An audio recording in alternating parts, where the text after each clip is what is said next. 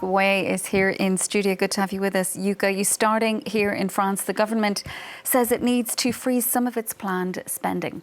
Well, Sharon, officials estimate that the fallout from the war in Iran is costing the French state up to more than 6 billion euros as the government rolled out support measures to cushion the impact of higher fuel prices stemming from the Strait of Hormuz standoff, and is also facing surging debt servicing costs amid higher inflation.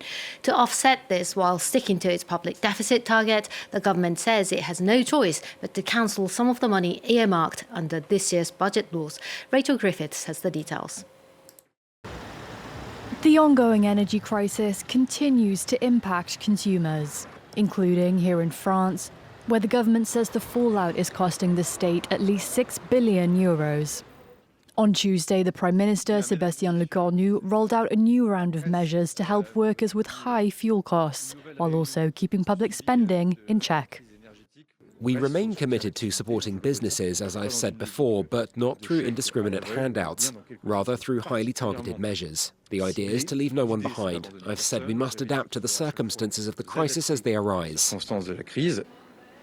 The additional cost to state coffers due to the war include 150 million euros in targeted support measures like these, as well as increased defence spending and higher debt servicing costs, which is expected to add 3.6 billion euros this year alone.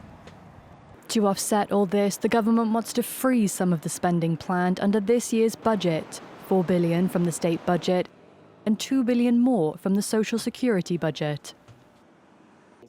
But Éric Coquerel from the far-left France Unbowed Party is calling for a special tax rather than cuts. I'm calling for a supplementary budget bill rather than the cancellation of appropriations we've been seeing for the past 3 years, which would allow us precisely to debate the idea that we might also increase revenue, for example, through specific taxes on very large companies.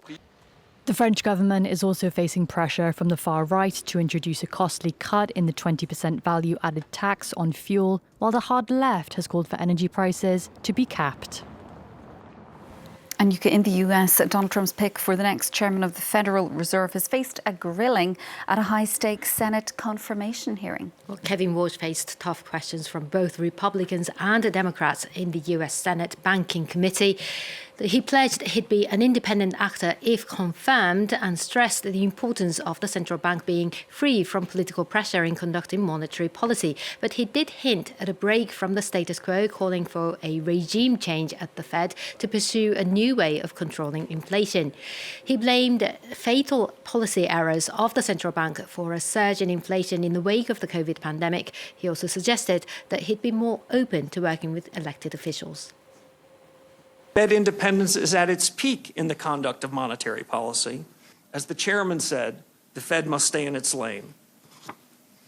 I'm committed to ensuring that the conduct of monetary policy remains strictly independent, equally committed to work with the administration and Congress on non-monetary matters that are part of the Fed's remit, and I commit myself to accountability.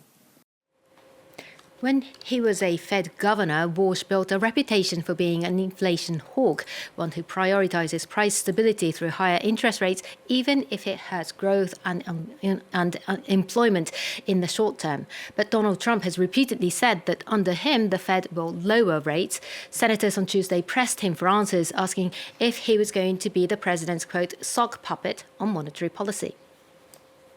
The president has repeatedly and illegally attempted to take over the Fed. He wants the Fed to use monetary policies to artificially juice the economy in the short term, and this is his last chance to do that before the November elections.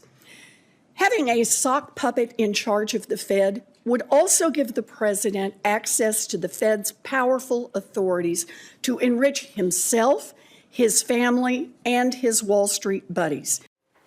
It's unclear when a full Senate vote will take place. One Republican lawmaker is refusing to do so until the U.S. Justice Department drops a criminal investigation into the current chairman, Jerome Powell, linked to the Fed's renovation project.